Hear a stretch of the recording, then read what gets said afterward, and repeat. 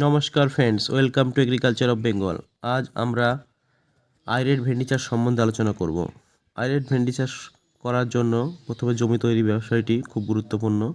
এর জন্য আমরা গরুর লাঙলের সাহায্যে জমিটি চাষ দিয়ে মই দিয়ে নিয়েছি। এরপর আমরা আঁকার সাহায্যে লাইন টেনে এক হাত পরপর সেখানে বীজগুলি এইভাবে ছড়িয়ে দেওয়া হয়েছে।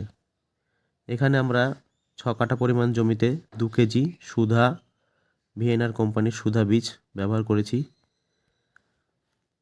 এবার আমরা সেই বীজগুলো ছড়িয়ে দেওয়ার পর কিছু দূর পর পর ভাটি দিয়েছি, যাতে পরবর্তীকালে জল সেচ করতে সুবিধা হয়।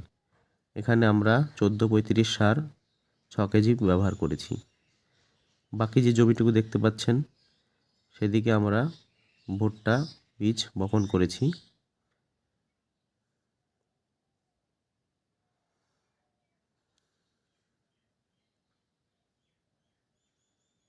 যদি ভিডিওটি ভালো লাগে অবশ্যই লাইক, কমেন্ট এবং সাবস্ক্রাইব করতে ভুলবেন না। ধন্যবাদ।